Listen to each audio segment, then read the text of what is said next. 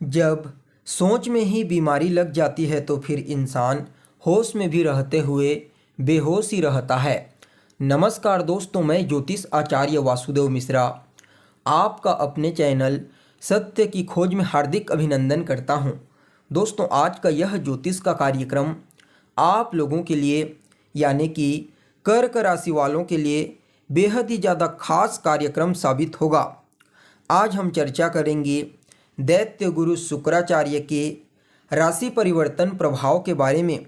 जी हाँ दोस्तों, दैत्यों के गुरु शुक्राचार्य जी ने अपना राशि परिवर्तन कर लिया है। उन्होंने 18 जनवरी 2024 की रात लगभग 8 बजे के आसपास अपनी वर्तमान शत्रु राशि वृश्चिक राशि को छोड़ करके फिर से अपने शत्रु देवगुरु बृहस्पति की मूल त्रिकोण राशि धनु राशि में प्रवेश कर चुके हैं। ज्योतिष शास्त्र में यह बात बड़ी स्पष्टता के साथ कही गई है कि कोई भी ग्रह अगर नीच राशि में हो या फिर अपनी शत्रु की राशि में हो, वह अपना सर्वश्रेष्ठ परिणाम नहीं दे पाता। लेकिन दोस्तों, यहाँ पर शुक्राचार्य के इस गोचर से यहाँ पर यह सूत्र लागू नहीं होता। जी हाँ, शुक्राचार्य अपने शत्रु देवगुरु बृहस्पति की राशि में गोचर करते हुए भी अपना सर्वश्रेष्ठ और सर्वोत्तम परिणाम देने के लिए बाध्य रहेंगे। इसके पीछे कारण है, समझने का प्रयास कीजिए। देखिए, अभी वर्तमान समय में देवगुरु बृहस्पति अपने मित्र मंगल की मूल त्रिकोण राशि धनु राशि में गोचर कर रहे हैं, मेष राशि में, और मेष राशि में गोचर करते हुए अपनी नवम दृष्टि से अपनी खुद की मूल त्रिकोण राशि धनु राशि को देख रहे हैं। फलतः यहाँ पर शुक्राचार्य के ऊपर भी गुरु की दृष्टि पड़ेगी, जिसकी वजह से शुक्र महाराज यहाँ पर विशेष रूप से शुभ होकर के आपको अपना सर्वश्रेष्ठ परिणाम प्रदान करने लगेंगे। जी हाँ, यहाँ पर सिर्फ शुक्राचार्य को देवगुरु बृहस्पति का ही बल प्राप्त नहीं होगा, बल्कि पहले से ही धनु राशि में बुध और मंगल ये दो ग्रह गोचर कर रहे हैं। फलतः यहाँ पर शुक्राचार्य के बल में विशेष रूप से वृद्धि गुरु मंगल और बुध के कारण होगी। फलतः यह शुक्र आपको विभिन्न क्षेत्र में जबरदस्त तरीके से लाभ की प्राप्ति करवाएंगे। तो ऐसे में दोस्तों, बड़े विस्तार के साथ जानने का प्रयास करेंगे शुक्राचार्य का यह गोचर आपके लिए कर्क राशि वालों के लिए किस प्रकार से रहने वाला है। जी हाँ, किन किन क्षेत्रों में लाभ की प्राप्ति होगी, तो वहीं किन किन बातों का आपको ध्यान रखना है। साथ ही साथ शुक्राचार्य के इस गोचर प्रभाव को और ज़्यादा श्रेष्ठ और बेहतर बनाने के लिए क्या उपाय आप कर सकते हैं, ये तमाम प्रकार की जानकारी आज के इस ज्योतिष के कार्यक्रम में आपको बताएंगे। इसलिए कार्यक्रम को अंत तक देखने का प्रयास कीजिए। और अगर आप अपनी जन्म कुंडली पर हमसे परामर्श लेना चाहते हैं तो डिस्क्रिप्शन बॉक्स में और वीडियो के अंदर आपको व्हाट्सएप नंबर मिल जाएगा, जहां से आप व्हाट्सएप करके अपनी जन्म कुंडली का विस्तार पूर्वक अध्ययन करवा सकते हैं। तो दोस्तों देखिए, ज्योतिष शास्त्र में दैत्य गुरु शुक्राचार्य को सभी प्रकार की भौतिक सुख सुविधाओं का कारक ग्रह कहा गया है। जी हाँ, व्यक्ति को उसके जीवन में जो कुछ भी सुख सुविधा प्राप्त होती है वह सिर्फ और सिर्फ शुक्र ग्रह के कारण ही होता है। इसलिए जन्म कुंडली में जब शुक्र देव बली होते हैं तो यह जातक को सभी प्रकार की सुख सुविधा ऐसो आराम प्रदान कर देते हैं। जी हाँ, चाहे वह भौतिक हो, सामाजिक सुख हो, पारिवारिक सुख हो, वैवाहिक सुख हो, हर प्रकार से जातक को उसके जीवन में सुखमय और ऐश्वर्यवान बनाते हैं।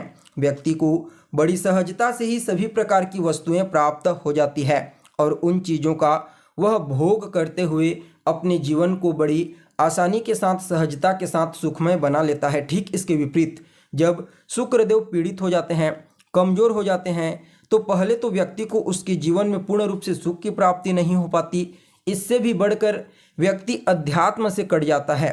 जी हाँ, जब कुंडली में देवगुरु बृहस्पति बलवान हैं लेकिन शुक्राचार्य अगर पीड़ित हैं, तो इस कंडीशन में व्यक्ति अपने जीवन में भौतिक सुख सुविधाओं की तरफ आगे तो बढ़ता है और कहीं से देवगुरु बृहस्पति थोड़ा कमज़ोर पड़ जाते हैं, तो उस कंडीशन में जातक को ये सुविधाएं प्राप्त नहीं हो पाती और वह न ही अध्यात्म के क्षेत्र में आगे बढ़ पाता है।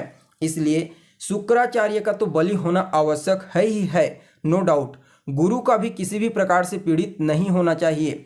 तब जाकर के जातक अपने जीवन में सभी प्रकार की भौतिक सुख सुविधाओं को प्राप्त करते हुए उसे विवेक समझदारी के साथ भोगते हुए अध्यात्म में अपनी रुचि बढ़ाता है, अध्यात्म में उसका झुकाव होता है और अंत में उसे परम तत्व की प्राप्ति होती है। इसलिए मैं समझता हूँ चाहे गोचर कुंडली हो या फिर जन्म कुंडली, देवगुरु बृहस्पति के साथ शुक्राचार्य का बलि होना आवश्यक है, तभी ये चीज़ें प्राप्त हो पाती है। तो देखिए आप लोगों के लिए यानी कि कर्क राशि वालों के लिए यह जो परिवर्तन हुआ है यह आपकी कुंडली के छठे भाव में हुआ है। जी हाँ, अभी तक शुक्राचार्य जी महाराज आपकी कुंडली के पंचम भाव में गोचर कर रहे थे, लेकिन 18 तारीख को राशि परिवर्तन करके छठे भाव में प्रवेश कर चुके हैं और पहले से ही उस भाव में 2 ग्रह हैं, बुध और मंगल। फलतः त्रिग्रही योग का निर्माण होगा और इन तीनों के ऊपर देवगुरु बृहस्पति की दृष्टि का पड़ना तो फिर कहना ही क्या, क्योंकि यह उनकी मूल त्रिकोण राशि है। तो देखिए सबसे पहले तो यहाँ पर ये चारों ग्रह कौन कौन, गुरु, शुक्र, बुध और मंगल, ये चारों के चारों ग्रह मिलकर के आपको प्रबल शत्रुहंता बनाएंगे। जी हाँ, इस समय शत्रु आपके व्यक्तित्व के प्रभाव से, आपकी वाणी के प्रभाव से, आपके कार्य शैली के प्रभाव से पूरी तरह से पस्त हो जाएगा। हो सकता है शत्रु आपसे दोस्ती के लिए हाथ आगे बढ़ा ले, ऐसा गुरु और शुक्र के प्रभाव के कारण देखने को मिलेगा। और शुक्र देव की जो दृष्टि होगी वह आपकी कुंडली के 12वें भाव पर पड़ेगी, 12वें भाव पर मिथुन राशि में पड़ेगी। तो आप बड़ी आसानी से समझ सकते हैं कि यह भौतिक सुख सुविधाओं के दृष्टिकोण से शुक्राचार्य का यह गोचर आपके लिए अत्यंत ही श्रेष्ठ साबित होगा। यहाँ पर आपको सभी प्रकार की वस्तुएं प्राप्त होने वाली है बड़ी सहजता, बड़ी आसानी के साथ। जी हाँ, चाहे वह भूमि हो, भवन हो, मकान हो, वाहन हो, पारिवारिक सुख हो, दाम्पत्य सुख हो, सामाजिक सुख हो, चाहे अध्यात्म का सुख हो, ये सब कुछ इस समय आपको प्राप्त होने वाला है। जी हाँ, यहाँ पर देवगुरु बृहस्पति आपकी कुंडली के 10वें भाव में गोचर कर रहे हैं कर्म क्षेत्र में।